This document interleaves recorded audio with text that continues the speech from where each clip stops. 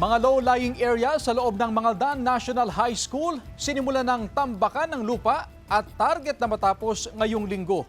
Ang detalye sa report ni Jasmine Gabriel Galban.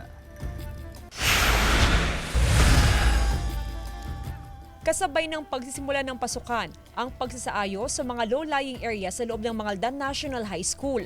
Binabaha kasi ang ilang bahagi ng paaralan tuwing umuulan at ang mga naiipong tubig pinamumugaran ng lamok. Mahirap din sa mga estudyante ang maputik na daan. Mas okay kasi unang-una safe sa mga bata, iwas sa mga lamok at saka maganda rin yung dadaanan ng mga bata. Tinambakan ng lupa ang mga mababang bahagi ng eskwelahan. Ipinapantay sa konkretong daanan sa loob ng paaralan. Papatagin at gagawing gulayan para mapakinabangan pa ng mga estudyante at mga guro. Tag-ulan na kaya iwas tayo sa posibleng pagbaha. Ang focus talaga natin ngayon is creating a learning environment that is conducive to learning. Isa sa ilalim din sa rehabilitasyon ng mini forest ng paaralan. Bago ang pagtambak, tinamnan muna ito ng mga halaman.